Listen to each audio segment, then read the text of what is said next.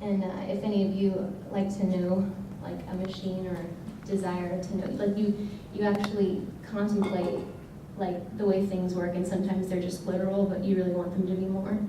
And that was kind of my push and pull with this. Like I felt connected to an object, and then letting it go. It was kind of like letting go of like my youth and my independence in a sense.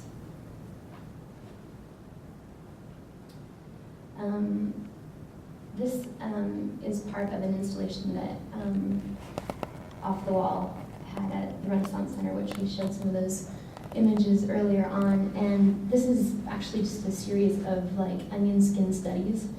And this is definitely a good representation of my gathering process,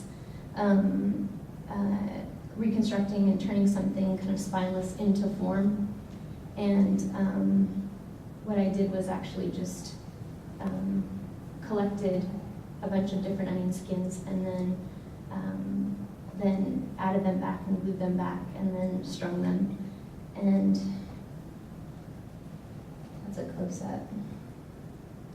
And the one on the right is actually on kind of a mylar, and I used a clear medium and just tried to brush it to make it more of a two-dimensional object.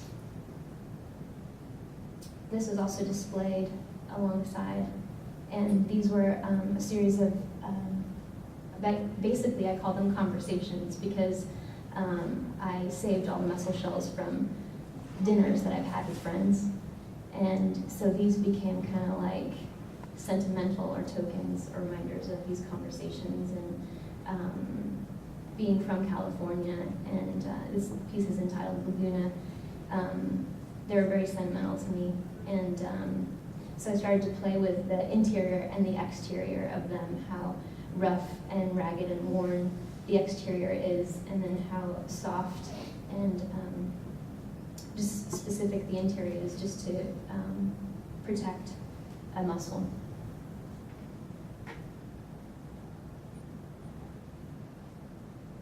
This is a figurative piece that I did that is kind of similar materials in the sense of just kind of pieced back together to create some sort of form.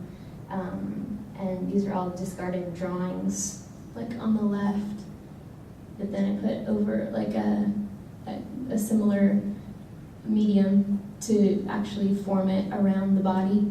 And the body itself, the figure, is carved out of styrofoam. And those are just different casts of my body.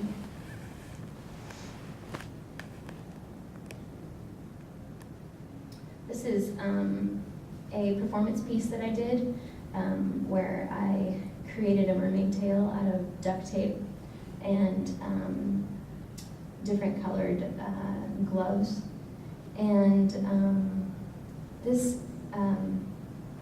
was actually in the back of Watkins, and I created that moon and these stars that are hanging, and kind of created this kind of classical backdrop to this performance. And I had the record playing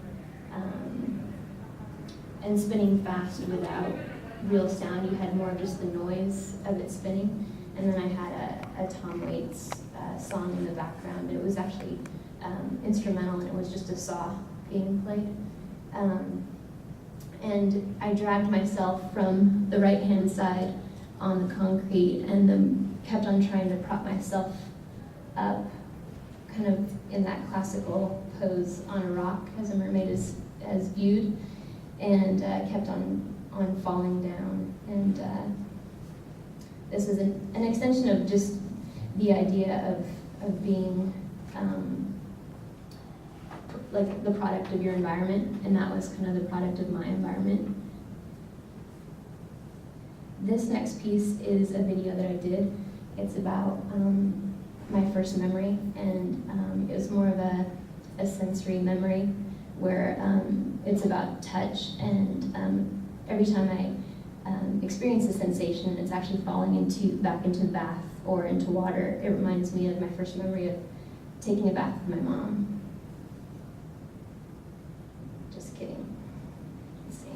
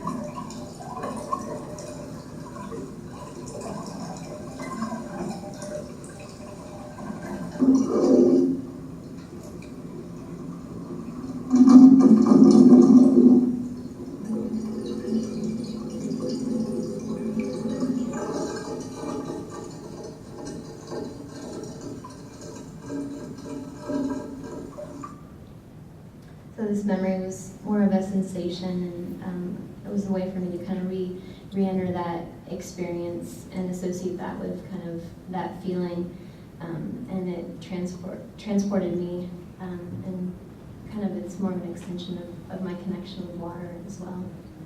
This is the last piece that I'm going to speak about, and this is a piece entitled "The Gift," and this is a still from the video, and my hair used to be really long, and it always has been, and I decided to document me cutting it, and just as I've evolved and changed, I kind of realized that it was time for me to cut it, but I didn't really know why, and I started to explore those reasons behind that and realized that it was actually a real connection that I had with my sister and my mother, and my mother had always just said, "Don't cut your hair," so I never really cut it, and I just kind of lived with it, and enjoyed it, of course, but I never really thought about having short hair.